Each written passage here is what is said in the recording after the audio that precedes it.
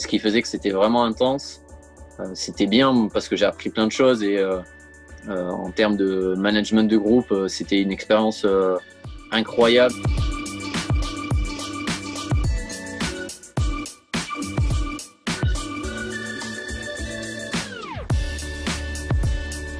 Bonjour à toutes, bonjour à tous, bienvenue sur My UXU Experience, la première chaîne YouTube qui ne parle que du basket 3-3. Alors aujourd'hui, je suis toujours avec Sacha Dutu, salarié de Pau Nord-Est Basket, l'association support de l'équipe de Pau La Cortèze en Jeep Elite. Bonjour Sacha, merci d'être encore avec nous. Bonjour Rémi. Alors, la semaine dernière, si vous ne l'avez pas vu, vous pouvez, je mettrai le lien ici, vous pouvez retrouver la première partie de la vidéo. Aujourd'hui, c'est la deuxième partie de la vidéo et tu vas nous parler un petit peu de ton expérience, un retour d'expérience sur 3 ans que tu as passé sur les îles Vanuatu, dans le Pacifique, en Océanie, où tu as été, entre autres, sélectionneur de cette île. D'abord, Sacha, peux-tu nous présenter un petit peu les îles Vanuatu, s'il te plaît ? Alors, le Vanuatu, c'est un archipel qui compte 83 îles et qui est situé en fait entre les îles Fidji et la Nouvelle-Calédonie. Donc, c'est de l'autre côté du globe dans l'hémisphère sud. Et il y a environ 270 000 habitants donc, qui sont répartis sur l'entièreté de ces îles. Que le pays a célébré cette année l'anniversaire de l'indépendance, c'était les 40 ans. Et c'était auparavant un condominium donc, entre le Royaume-Uni et la France. Ok, merci pour ces précisions. Quels étaient tes rôles et tes missions là-bas puisque tu travaillais pour la fédération de basket? Donc j'étais National Basketball Development Officer pour la fédération de basket. Donc c'est un peu similaire au rôle que j'ai à l'heure actuelle donc, au sein de l'élan Béarnais Pau Nord-Est. Je faisais un peu tout, c'est-à-dire de la compta, de la com, développer et structurer la fédération. Parallèlement, il y avait un gros focus sur le développement du basket 3-3 parce qu'en 2017, le pays accueillait les Pacific Mini Games. Donc, c'est les Jeux olympiques à l'échelle de l'Océanie. Et c'était la première fois en fait, que le basket 3-3 était intégré au programme. Le basket n'était pas initialement prévu et on a profité en fait du fait que les nations se désengageaient progressivement de la compétition de netball pour que en fait la FIBA Océanie fasse un peu pression sur le Pacific Games Council pour que le basket 3-3, qui était un format plus simple à mettre en place, notamment au niveau du nombre d'athlètes par délégation à faire venir, pour que cette compétition-là soit organisée pour la première fois dans la région. Au niveau du 3-3, alors comment fonctionne le 3-3 en Océanie en général et plus particulièrement sur les îles Vanuatu? Alors le basket 3-3, on avait créé en fait un tour dans la capitale, donc à Port Vila, à partir de 2018. En 2017, en fait, on avait dû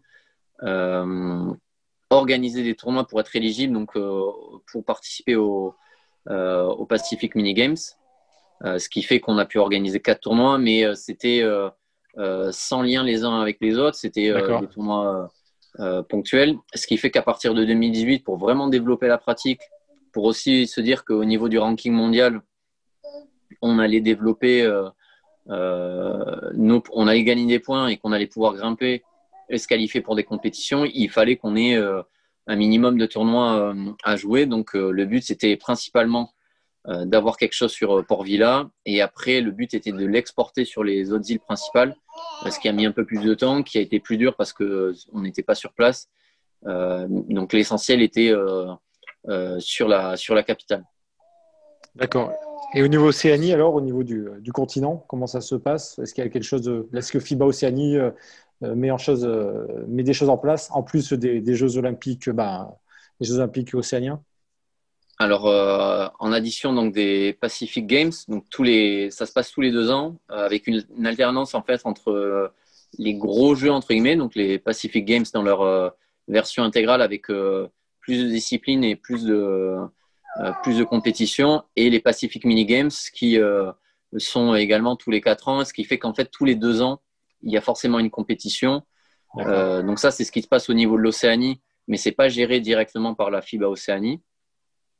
Et après, la possibilité qu'on avait, c'était depuis que la zone en fait Asie et Océanie sont réunies pour les compétitions internationales, on pouvait chaque année participer à la 3x3 Asia Cup qui s'est déroulée en Chine pour les 2 dernières éditions, et c'est la Mongolie qui avait organisé en 2017 la première.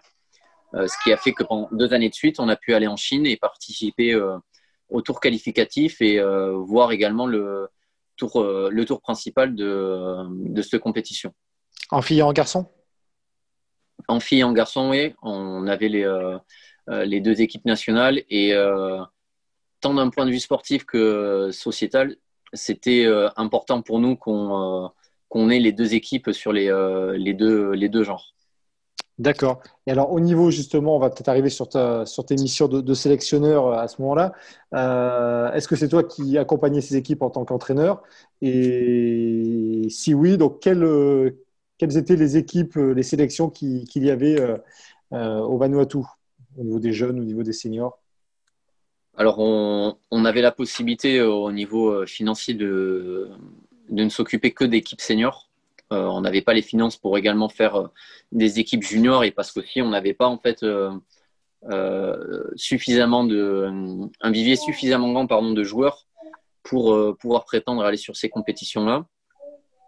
Donc les sélections après quelques années où il y a pas eu de compétition, que ce soit en 5-5 ou même en 3-3, sont un peu réapparues, donc grâce au Pacific Mini Games qu'il y a eu en 2017. Donc sur un temps assez ramassé, c'est-à-dire en à peine 3 mois, il a fallu découvrir ce que c'était que le 3-3, s'adapter aux règles, se préparer tant techniquement que tactiquement, voire même physiquement à cette compétition. Donc ça, c'était la première expérience. Et à l'issue de ça, on a lancé, nous, un projet sur plusieurs années pour les équipes nationales, en structurant un peu mieux comment on devait se préparer, en structurant également aussi mieux comment les joueurs devaient considérer ça, c'est-à-dire que au-delà du fait qu'ils étaient sélectionnés, ils représentaient la fédération. C'était pas seulement une question de aller jouer et participer à ces compétitions internationales, mais ça rentrait vraiment dans la stratégie globale de développer le 3-3, et que eux devaient être en fait les premiers défenseurs et les premiers ambassadeurs de ce plan-là. D'accord. Alors, toi, en tant que rôle, on va dire, sur une semaine type de sélectionneur, alors hors rassemblement, hors stage ou hors compétition, c'était quoi tes missions en tant que sélectionneur du scouting de joueurs, de l'entraînement d'un groupe déjà? Comment se passait une semaine un petit peu type? Alors moi, ma semaine type d'entraîneur, bon déjà au-delà du fait que toute la journée, je travaillais soit au bureau, soit sur le terrain euh, pour gérer les affaires quotidiennes, ou alors par exemple les programmes de vie d'école qu'on avait avec la fédération, mais c'était tous les soirs quasiment aller à l'entraînement, c'est-à-dire que nous qui mettions en place directement les entraînements, ce qui est, on va dire, un peu plus atypique que la préparation d'une équipe, par exemple, européenne, une nation européenne, par exemple, sur du 3-3, c'est que nous, on s'est préparé pendant, par exemple, en 2019, pendant presque 6 mois, parce que les joueurs ne pouvaient pas s'entraîner en dehors de ça, parce qu'il n'y a qu'une salle couverte à la capitale, que les autres terrains ne sont pas éclairés, que tout le monde n'a pas forcément le matériel, et qu'il n'y avait pas autant d'entraîneurs, surtout, qui pouvaient assurer ça. D'accord. Et au niveau de la compétition, quand tu allais sur l'Asia Cup, comment tu organisais un petit peu une journée de compétition ou les 2, 3 jours avant avec ce groupe-là? Euh, Ou avec ces Déjà, groupes? c'est moi qui gérais tout, que ça soit de prendre le billet d'avion jusqu'à qu'on on mette le pied dans l'avion et qu'on arrive sur place.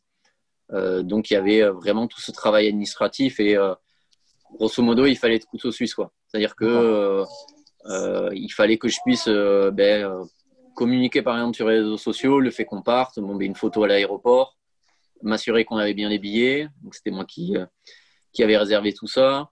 M'assurer que tout le monde prenne ce qu'il fallait.